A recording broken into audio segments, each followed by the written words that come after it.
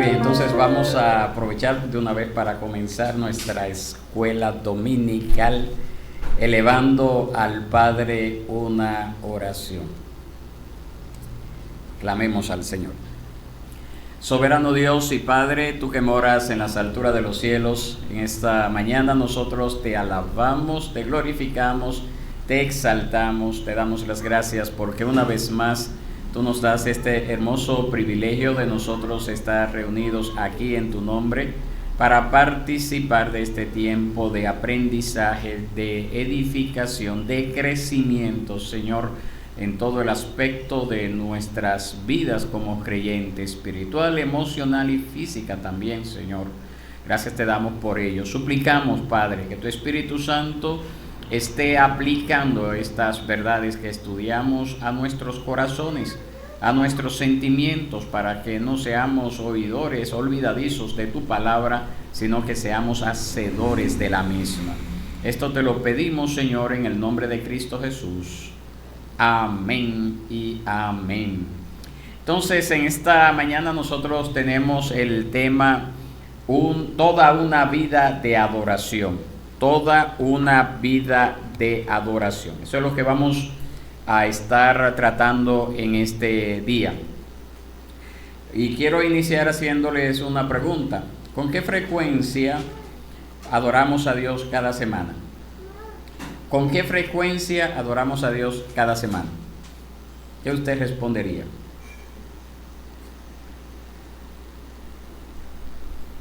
Dígame usted.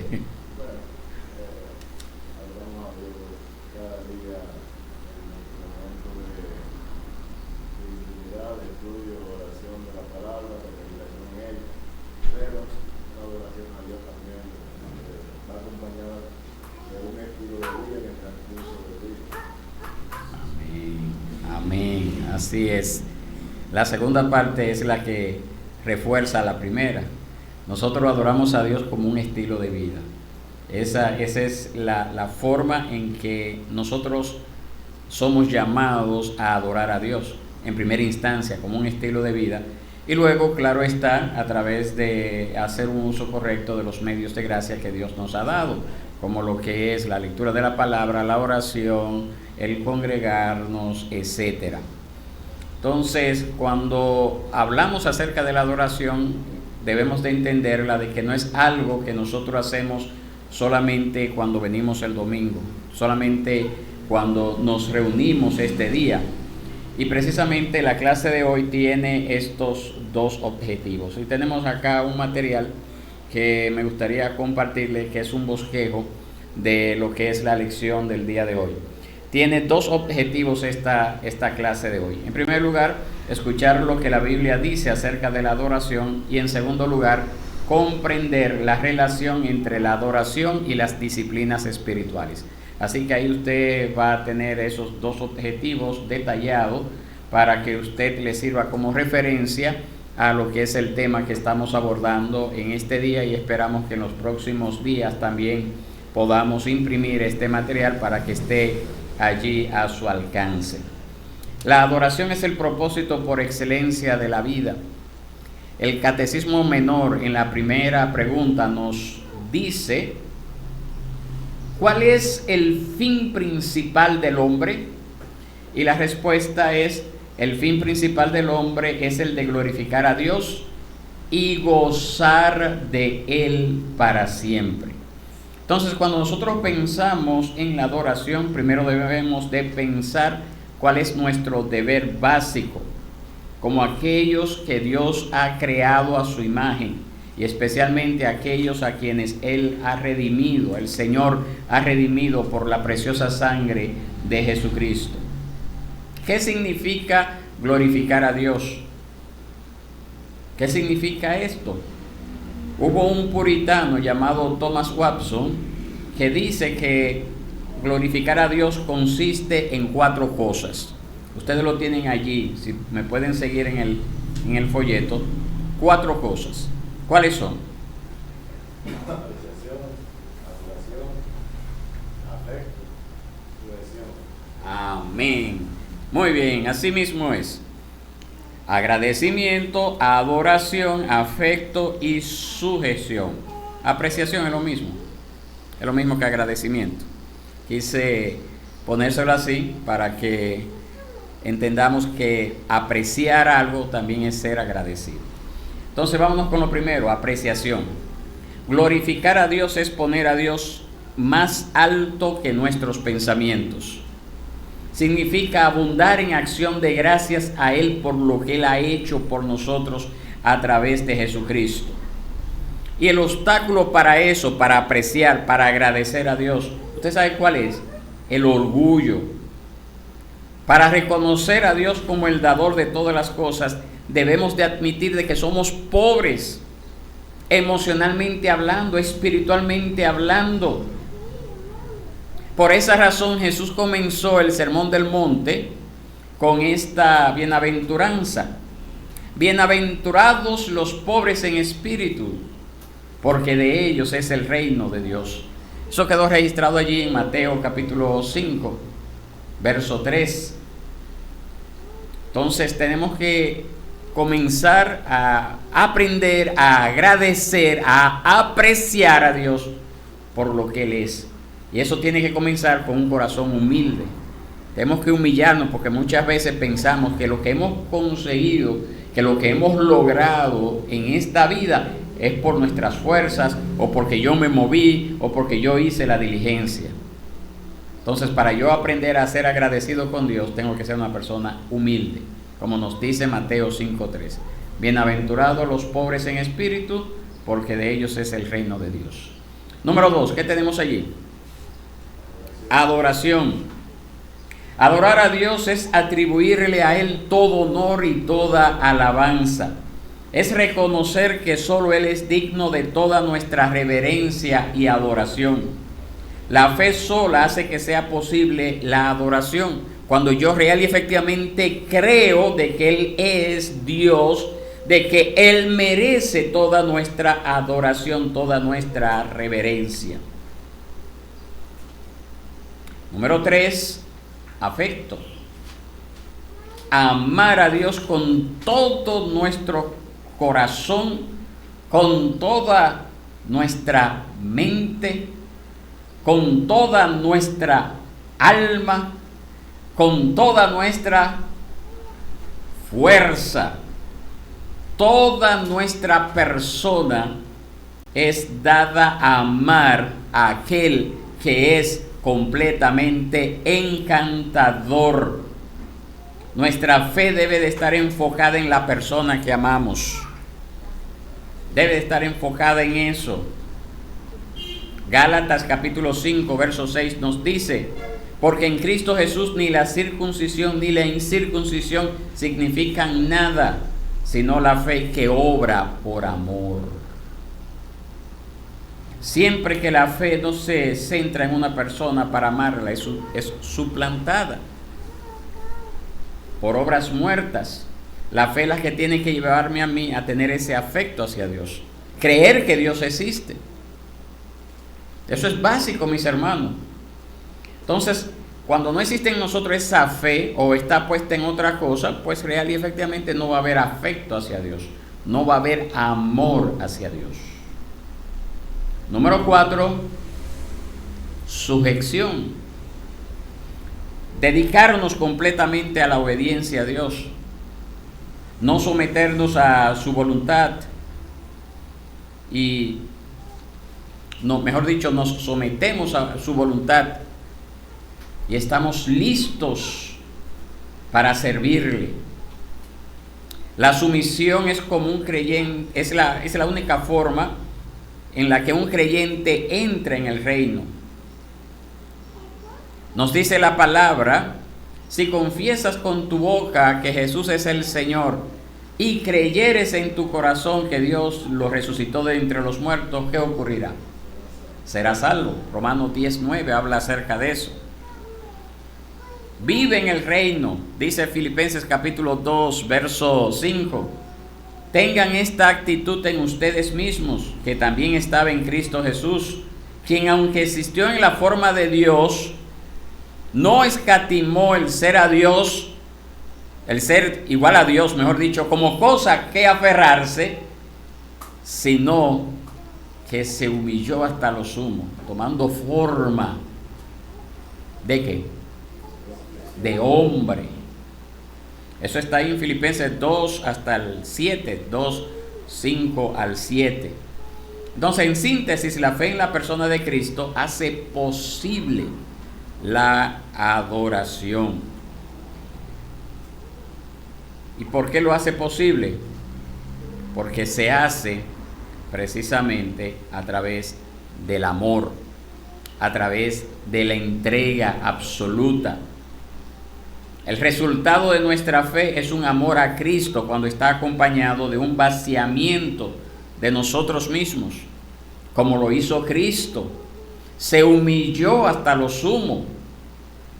Entonces la adoración implica la totalidad de la existencia del hombre, no solamente una parte, no solamente lo que hace el domingo, aunque el domingo es como digo yo, como el fruto de la vida de adoración que vivimos en la semana. La totalidad del hombre implica la adoración porque está dirigida a Dios como esa autoridad suprema sobre su creación, sobre el Salvador de los redimidos. Entonces, precisamente las disciplinas espirituales son medios de crecimiento en santidad que encuentran su lugar en una vida completamente consagrada a Dios. Cuando nos consagramos a Dios, vamos a desarrollar esas disciplinas espirituales. ¿Qué nos dice Romanos 12:1? Usted lo tiene allí en su folleto, en la hojita. Por tanto, hermanos, os ruego por las misericordias de Dios que presentéis vuestros cuerpos en sacrificio vivo, santo, agradable a Dios, que es vuestro culto racional. Ese debe de ser su acto espiritual de adoración a Dios. El que usted se presente por completo a Dios.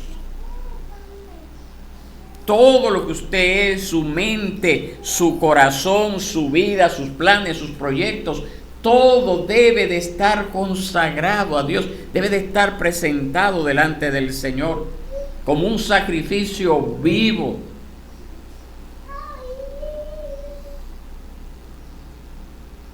Ahora surgiría una pregunta que tiene lógica. ¿Por qué debemos adorar a Dios? ¿Por qué debemos de adorar a Dios? Apocalipsis 4 y 5 nos da dos razones. La primera, ¿cuál es? Apocalipsis 4, 10 al 11. Porque Él es nuestro creador. Oiga lo que dice Apocalipsis 4, 10 al 11. Los 24 ancianos se postran delante de aquel que está sentado en el trono y adoran a aquel que vive por los siglos de los siglos y echan sus coronas delante del trono diciendo: digno eres, Señor y Dios nuestro, de recibir la gloria y el honor y el poder, porque tú creaste todas las cosas y por tu voluntad existen y fueron creadas. Entonces lo primero que debemos adorar a Dios es porque Él es nuestro creador. Él nos hizo. Número 2, ¿por qué debemos de adorar a Dios? Porque Él es nuestro Redentor. Apocalipsis 5, 9 al 14. Ahí usted lo tiene desde el 6 al 14. Esa parte usted lo lee desde el 6 en adelante. Vamos a leer desde el 9 hasta el 14. Dice así: cantaban un nuevo cántico diciendo: digno eres de tomar el libro y de abrir sus sellos, porque tú fuiste inmolado y con tu sangre nos has redimido para Dios de todo linaje y lengua y pueblo y nación, y nos has hecho para nuestro Dios reyes y sacerdotes, y reinaremos sobre la tierra. Y miré y oí la voz de muchos ángeles alrededor del trono, y de los seres vivientes, y de los ancianos, y su número era millones de millones, que decían a gran voz: el Cordero que fue inmolado es digno de tomar el poder, las riquezas, la sabiduría, la fortaleza, la honra, la gloria y la alabanza. Y a todo lo creado que está en el cielo y sobre la tierra y debajo de la tierra y en el mar, y a todas las cosas que en ellos hay, oí decir, oiga bien, a todas las cosas creadas, oí decir: al que está sentado en el trono y al Cordero sea la alabanza, la honra, la gloria y el poder por los siglos de los siglos. Los 4 seres vivientes decían: amén. Y los 24 ancianos se postraron sobre sus rostros y adoraron al que vive por los siglos de los siglos. Entonces, mis hermanos, nosotros pertenecemos a Dios 2 veces, los cristianos, 2 veces. En primer lugar, por medio de la creación, porque Él nos creó. Y en segundo lugar, porque Él nos redimió. El precio que Dios pagó para salvarnos del juicio que nosotros merecíamos a causa de nuestros pecados, Él nos redimió de allí. Dios es un Dios en misión para salvar a los pecadores a través de la cruz. Entonces tenemos doble razón para adorar a Dios, porque es nuestro creador y así lo manda Él, y en segundo lugar porque Él nos redimió. Y ese tema de lo que son las misiones, porque somos enviados a dar a conocer esto, busca, cuando alcanzamos a alguien, que esa persona se convierta en un verdadero adorador. ¿Usted no ha leído Juan 4:23? Juan 4:23, ¿qué dice? Que el Padre anda buscando verdaderos adoradores que adoren al Padre en espíritu y en verdad. Ese es el objetivo, mis hermanos.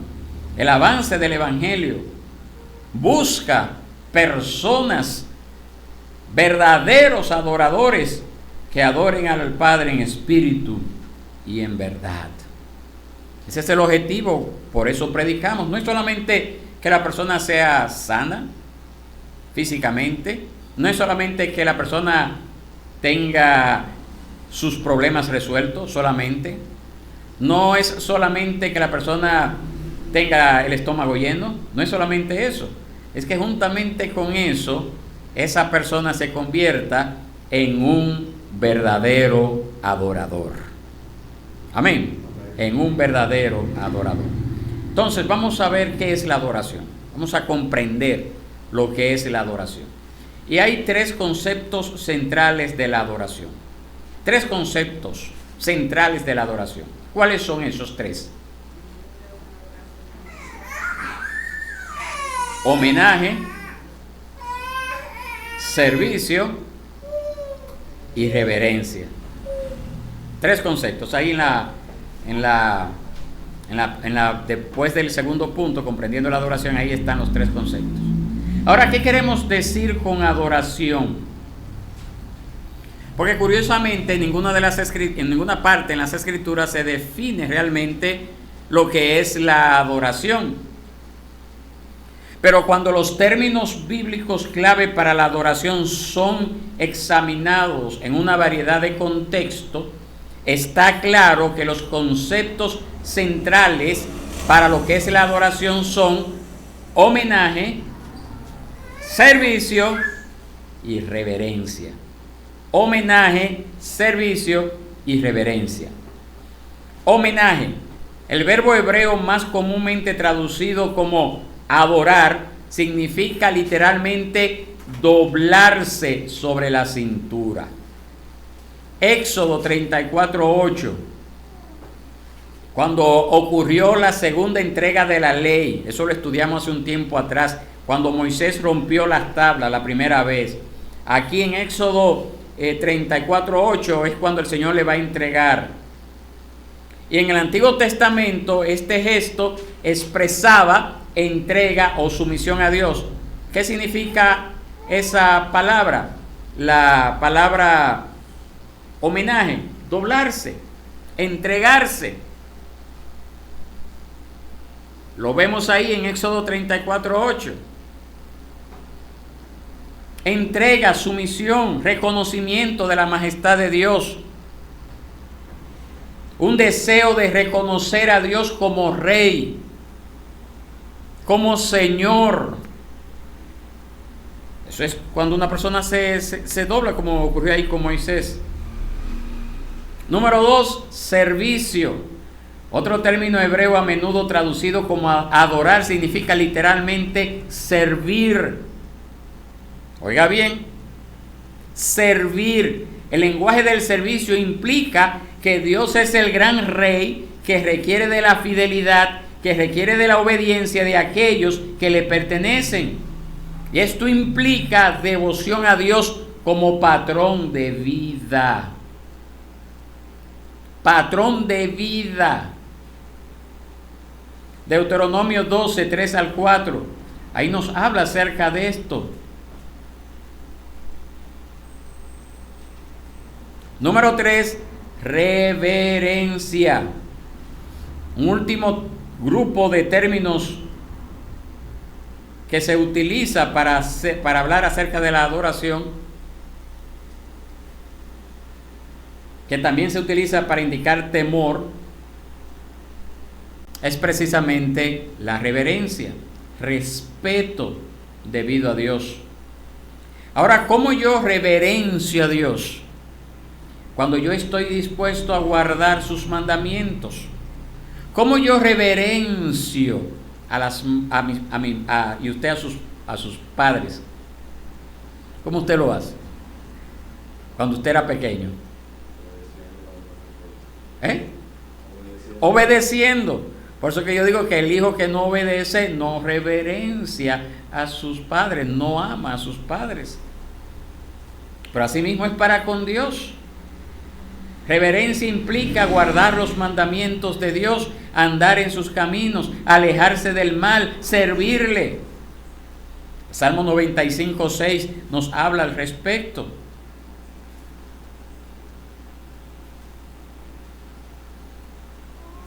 En el Antiguo Testamento la adoración se centraba en un lugar, en ese santuario que había sido designado por Dios. Tenían el pueblo de Israel que seguir los rituales establecidos por Dios. El sacerdote era el encargado de aplicar, de ejercer, de llevar a cabo esos rituales. Pero también el Señor, en medio de esos rituales, le pedía obediencia. Una obediencia que saliera del corazón. Eso era en el Antiguo Testamento. Pero en el Nuevo Testamento, la misma terminología de la adoración se usa de una manera transformada, ya trayendo como referencia los rituales del antiguo pacto y aplicándolo a Jesús como nuestro gran sumo sacerdote. Jesús como el cordero que era sacrificado. Jesús como la ofrenda de incienso que era elevada. Jesús, a través de su encarnación, a través de su muerte, a través de su resurrección, en Jesús se cumplen todos esos simbolismos del Antiguo Testamento. Entonces, cuando nosotros nos vamos a la palabra, tanto en el Antiguo como en el Nuevo Testamento, debemos de entender, porque no hay una separación entre el Antiguo y el Nuevo, sino que es una continuidad. Debemos de entender que la adoración aceptable significa acercarse o comprometerse con Dios en los términos que Él propone y de la manera que Él la hace posible. La verdadera adoración a Dios es revelada por Dios y es posible gracias a su obra redentora en Cristo Jesús. Dios es el que establece la forma en que debemos de adorarle. ¿Y por qué yo enfatizo tanto de que hay una continuidad entre el Antiguo y el Nuevo Testamento? Porque en el Antiguo constantemente vemos al Señor dándole órdenes a Moisés y a los siguientes que vinieron después de Moisés de cómo debía de hacerse el servicio en el templo. Entonces, si nosotros vemos que en Cristo se cumplen todos esos rituales y tal como fueron profetizados así se cumplen, también debemos entender que en el Nuevo Testamento, en el Nuevo Pacto, bajo la nueva dispensación en la cual nosotros estamos ahora, también Dios todavía sigue exigiendo que nos acerquemos a Él, que le adoremos, que le sirvamos conforme a lo que Él ha establecido. No conforme a lo que yo sienta que es mejor. No conforme a lo que pueda dar mejores resultados. Que eso se usa mucho en estos tiempos. Y eso nos lleva a entender cuáles son los medios aceptables de adoración. ¿Cuáles son esos medios aceptables de adoración? Revelación y redención. Revelación y redención. Dios se ha revelado a sí mismo por medio de ¿qué cosa? En primer lugar, de su palabra, de la creación también, eso lo vamos a ver ahora. Primero por su palabra. Las dos cosas están ahí, ¿verdad? Porque se brincó el pedacito. En el Antiguo Testamento, Dios en el monte Sinaí estableció un gran detalle de lo que es el patrón de adoración aceptable en el monte Sinaí. El monte Sinaí es el lugar donde Dios le dio la ley a Moisés, por si usted no se acordaba. Israel debía aceptar esas normas para adorar a Dios de una manera aceptable. Dios le dijo a Moisés, mira, ustedes van a hacer esto y esto y esto y esto y esto. Y ahí en eso lo vemos. Y en Levíticos también lo vemos. En Deuteronomio lo dice. Deben de hacer esto. Mira, debe de hacer esto. El hombre debe de vestirse de esta forma. Debe de ofrecer el sacrificio de esta forma. El animal debe de ser de esta forma. Si tiene esto, no se permite. Si aquello, no se permite. Si lo tiene así, hazlo así. Le da los detalles de cómo debería de hacer. Y cualquier cosa que no se hiciera como Dios lo había mandado, era considerado idolatría. Idolatría. Entonces, además de esas estipulaciones rituales, los 10 mandamientos gobernaban la relación personal de Israel con Dios. Los 10 mandamientos. Levítico capítulo 10, verso 1 al 3, Dios insiste en que debemos acercarnos a Él de acuerdo a su palabra. Usted lo tiene allí, tenemos el ejemplo en Levítico de cuando Nadab y Abiú ofrecieron fuego extraño al Señor. Ahí lo tenemos, mis hermanos, y lo que ocurrió con estas dos personas. Yo se lo dejo para que usted lo lea después, pero usted lo tiene allí en el folletito.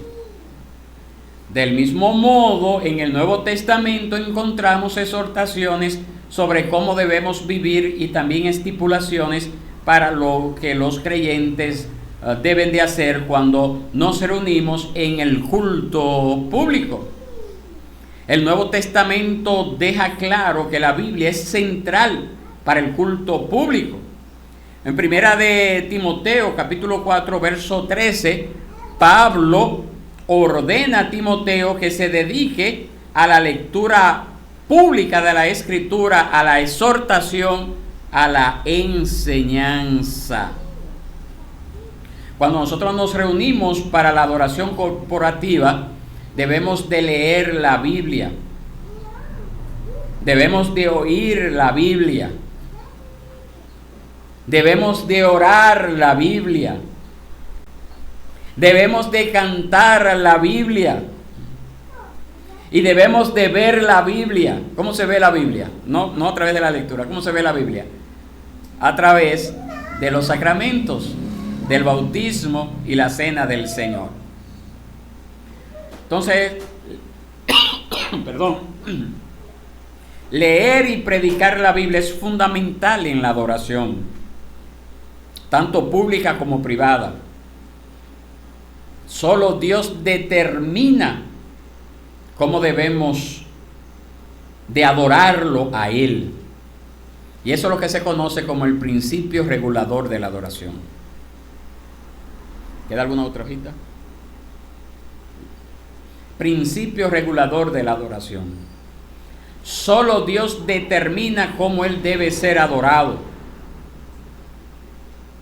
Y la única forma en que yo sé cómo Dios pide ser adorado es a través de la Biblia. Esa es la revelación especial que Dios nos ha dado. Dios dice en su palabra cómo yo debo de acercarme a Él. Bajo qué condiciones me acerco a Él.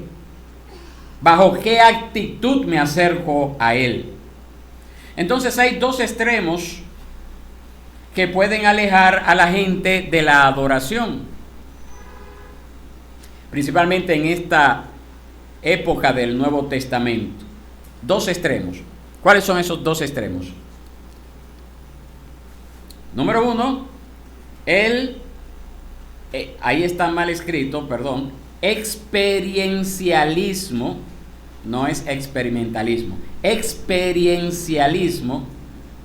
Y número dos, el intelectualismo. ¿Qué es eso? El experiencialismo, subráyelo ahí, no experimentalismo, subráyelo, porque después no va a saber de qué estamos hablando cuando lo vaya a ojear de nuevo. Experiencialismo es aquel que dice que la adoración está basada en las experiencias, en los sentimientos. Este tipo de extremo que hay que evitar es el que lleva a la persona a decir: no hay que estudiar tanto, no hay que leer tanto, solamente con que tú lo sientas, hazlo. Motívate, coge ánimo, y solamente se lleva esto. Lo que tú sientas hacer, hazlo así. Ese es el experiencialismo. Y eso abunda mucho en nuestros tiempos. Y eso le lleva a estas personas a olvidar que nosotros vivimos en una lucha constante. Que estamos batallando constantemente con nuestra carne, con Satanás, con el mundo. Y que en muchas ocasiones no vamos a tener deseo de hacer las cosas que Dios manda.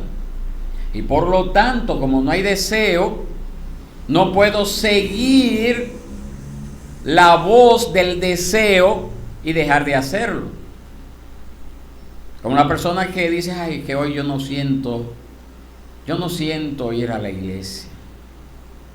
Pero hay un principio que tiene que estar por encima a ese deseo o a ese sentimiento. ¿Cuál es el principio? Que Dios manda el congregarnos. Entonces ese es un extremo que debemos de evitar, que es muy común en nuestros tiempos. Muy común en nuestros tiempos. El llevarse de las emociones solamente. Y el corazón es engañoso, dice la palabra. Así que no me puedo llevar del corazón. Pero también hay otro extremo, mis hermanos, y es el extremo del intelectualismo. Y es ese que dice que no se le puede dar tanta cabida a las emociones, que todo tiene que ser razonado, que todo tiene que ser analizado con argumentos críticos a todo. Y eso es un problema que también debemos de evitar. Y ese extremo se da entonces hacia el mundo reformado. donde solamente se quiere hacer énfasis en que el culto no puede tener emociones, la gente no puede manifestar emociones porque eso está mal. Entonces es un extremo que también debemos de evitar. Esos dos extremos están mal. El culto a Dios tiene que estar también dirigido por nuestras emociones. Por eso debemos de renovar nuestra mente para que también eso afecte nuestros corazones. No se puede quedar solamente en el intelecto, en la mente, o mejor dicho, sí, en el intelecto, en la capacidad de discernir, sino que eso también, eso que yo aprendo, eso que yo recibo, tiene que ir a las emociones para que entonces pueda accionar en consecuencia.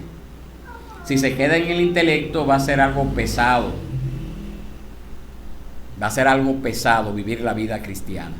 Tiene que llevarlo también a las emociones, a los deseos. Y usted tiene que trabajar con eso.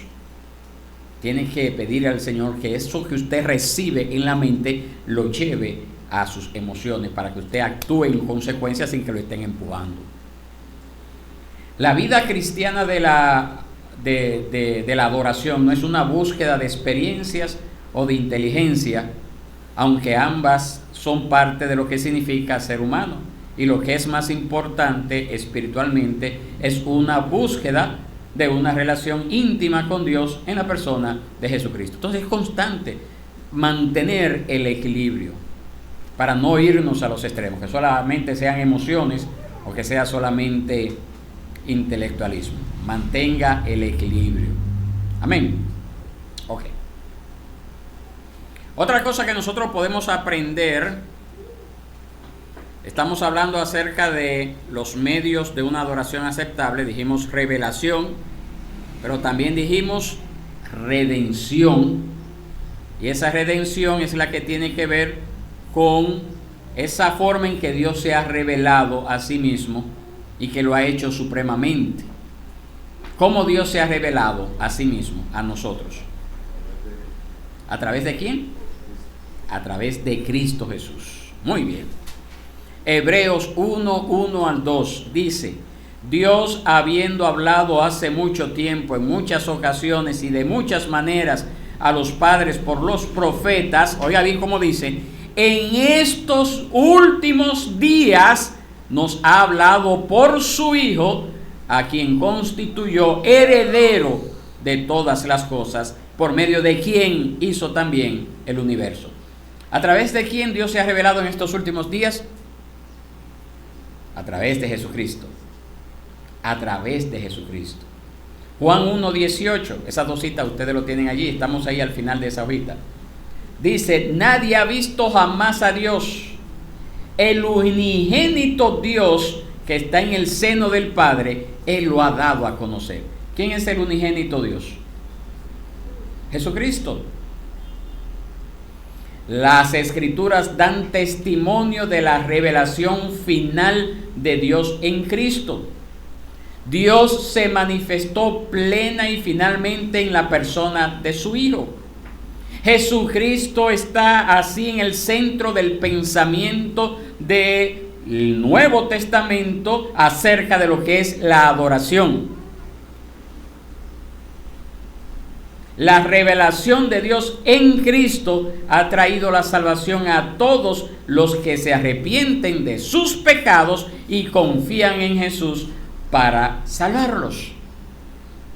Entonces podemos decir que fuera de Cristo no hay salvación.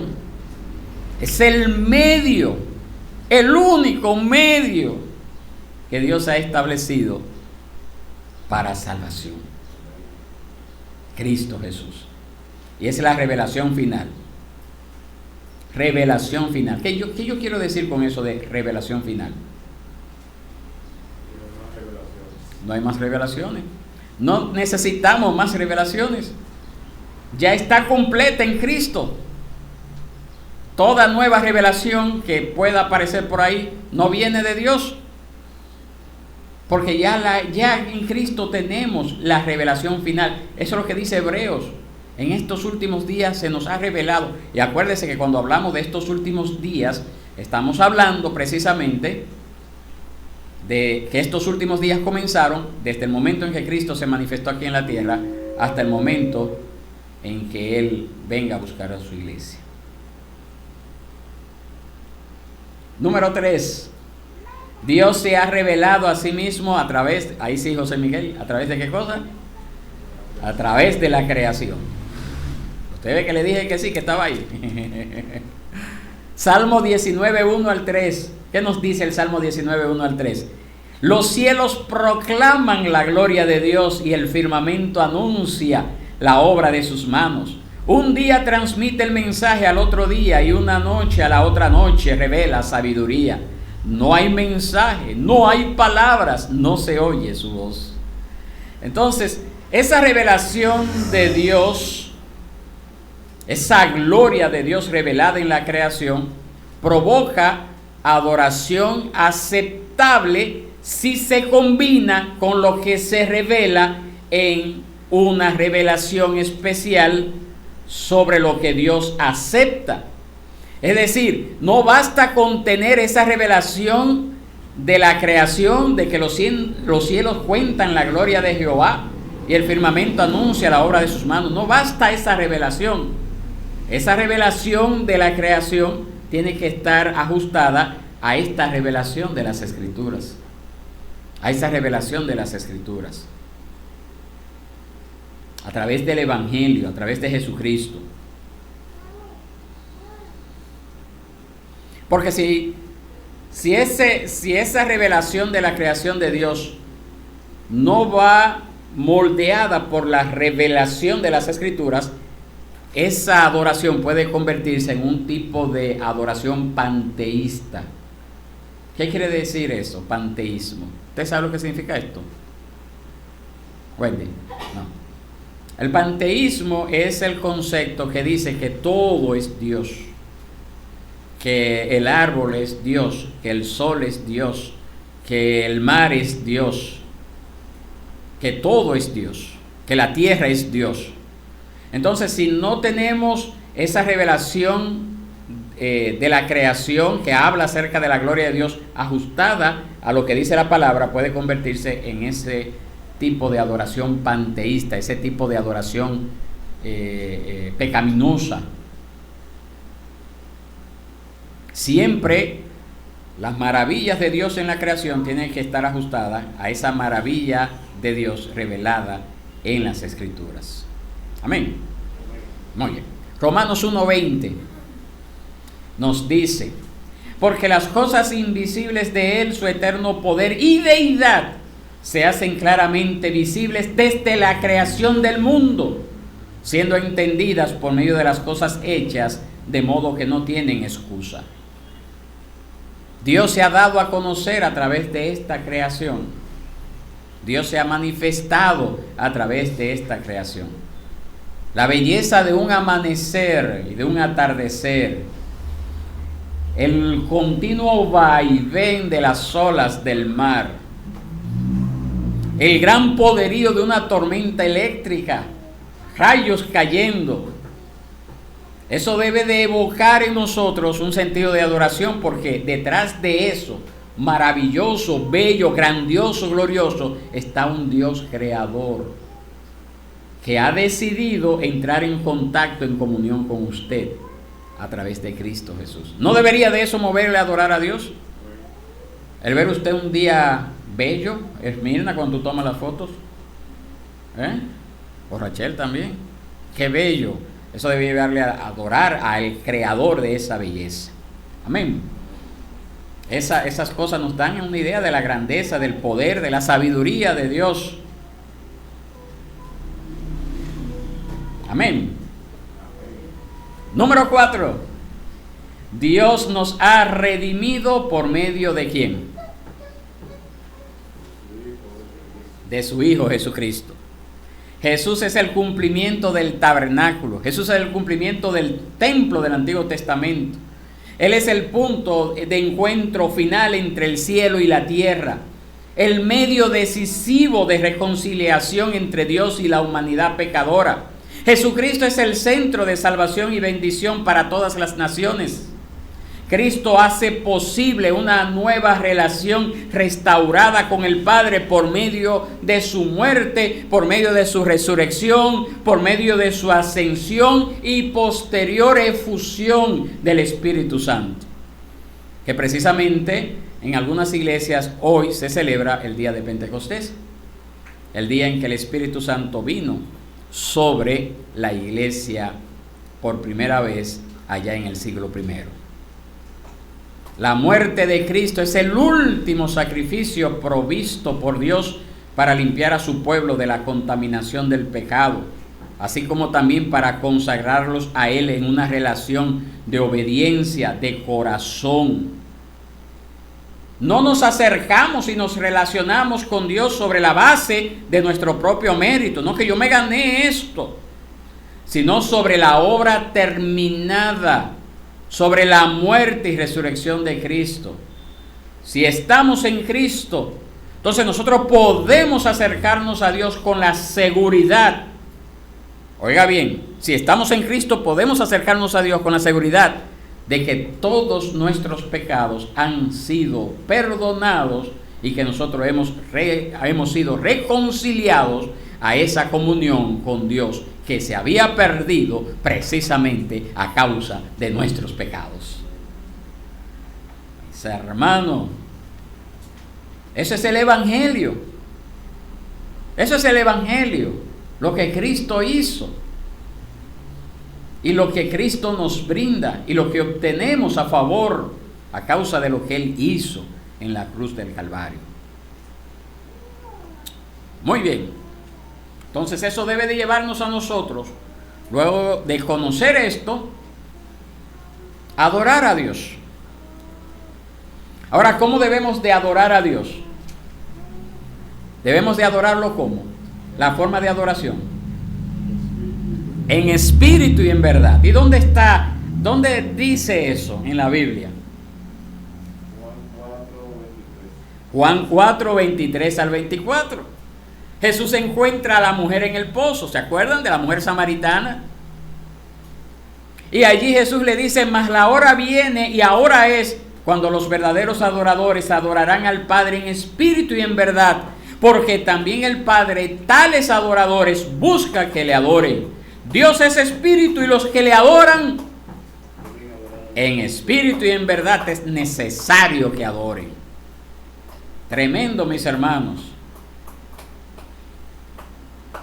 La adoración está esencialmente centrada en Dios, hecha posible por el don del Espíritu Santo y en conocimiento personal de y conformidad con la palabra de Dios hecha carne.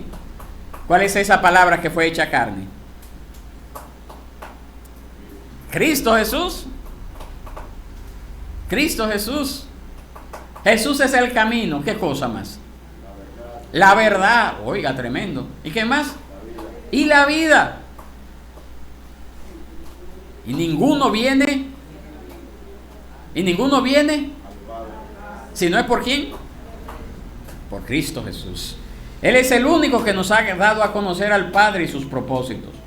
Jesucristo es el que nos ha revelado al Padre. Es el medio por el cual el Padre obtiene verdaderos adoradores. Adorar en espíritu y en verdad implica reconocer a Jesús como la verdad.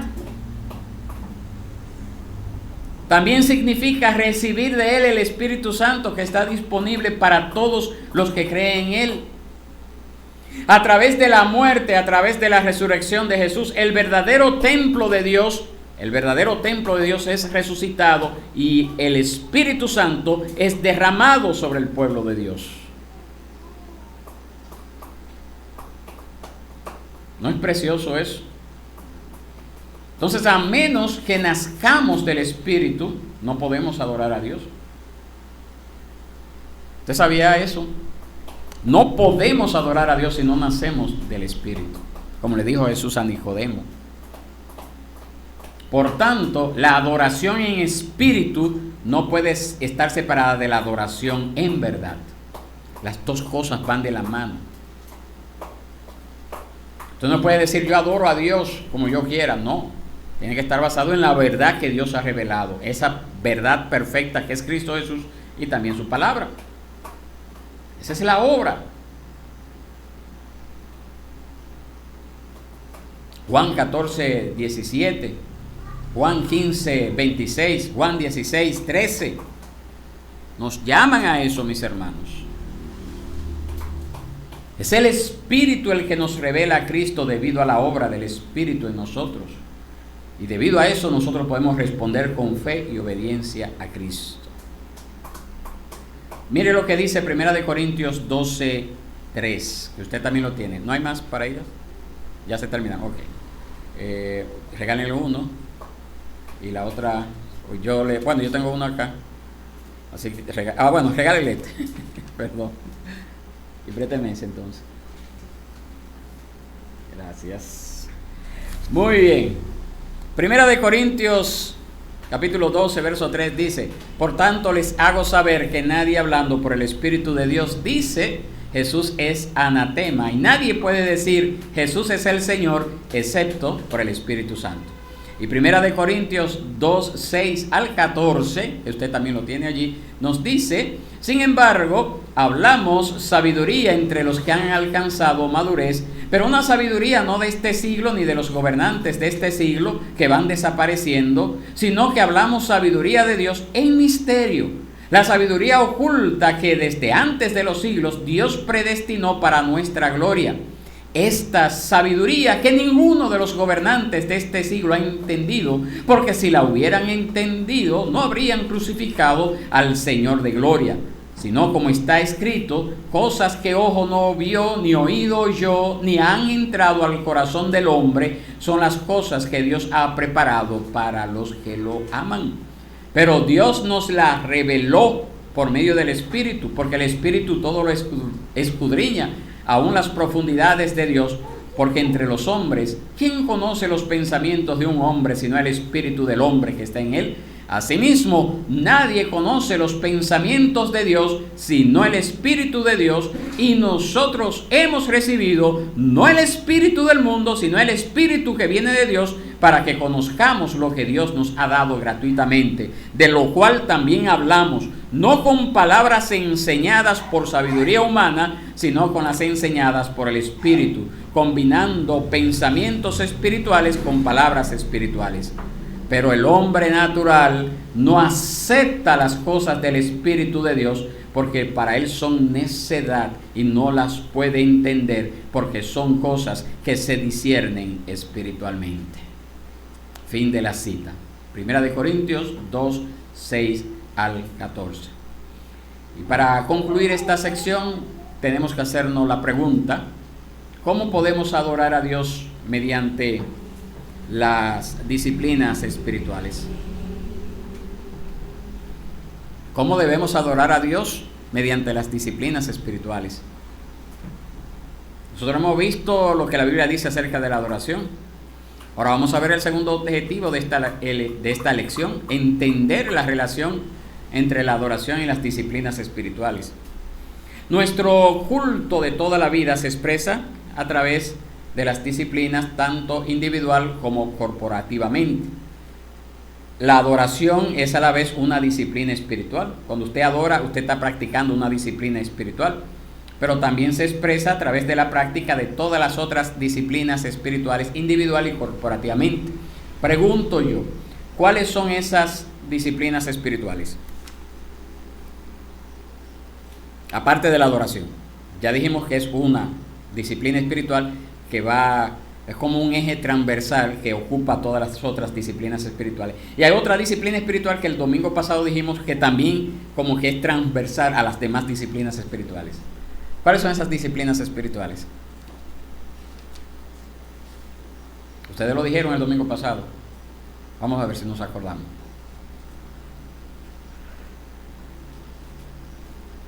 Dígalo con toda confianza. Tano, usted lo dijo. La oración, leída, congregarnos, los sacramentos. Esas son las disciplinas espirituales, mis hermanos. Entonces aquí nosotros tenemos que entender que las disciplinas espirituales se practican en dos áreas. Se practican de manera individual como individuos y también se practican en manera corporativa junto con otros creyentes. Entonces nosotros somos llamados, como dijimos al principio, a adorar a Dios los 7 días de la semana. Pero de manera especial nos congregamos para adorar a Dios el día domingo. Es decir, yo no puedo decir que vengo a adorar a Dios hoy domingo si durante la semana no hemos adorado a Dios. Y es lo que dice Romanos 12:1, que debemos, por las misericordias de Dios, presentarnos delante de Él, presentar nuestros cuerpos como sacrificio vivo, santo, agradable a Dios, que es nuestro culto racional. Mi vida debe de ser una vida de adoración. Todo lo que yo hago cuando yo salgo de este lugar debe de buscar glorificar a Dios. Si hay algo de lo que yo me avergüenzo de decir que hago durante la semana en este lugar, entonces eso que usted se avergüenza, es una señal de que usted no está adorando a Dios en eso. Usted no puede sentir vergüenza de hacer cosas en la semana, de decirlo de manera pública en una congregación. Amén. Claro que hay otras cosas como detalles que usted no va a entrar, que son de las cosas de la vida diaria, ¿verdad? Pero no puede haber algo en usted que le cause vergüenza o temor de decir que usted hizo a una congregación. Porque entonces eso es una señal de que en ese momento usted no estaba adorando a Dios. Y Dios nos manda a adorarle con todo lo que somos y hacemos. Ese versículo de Romanos 12:1 deja en claro que toda nuestra vida, en respuesta a lo que Dios ha hecho por nosotros, debe de ser una vida de adoración. Debemos de dedicarnos completamente al servicio de Dios. En nuestras ocupaciones regulares, en nuestros trabajos, en nuestros estudios, allí usted debe de glorificar a Dios.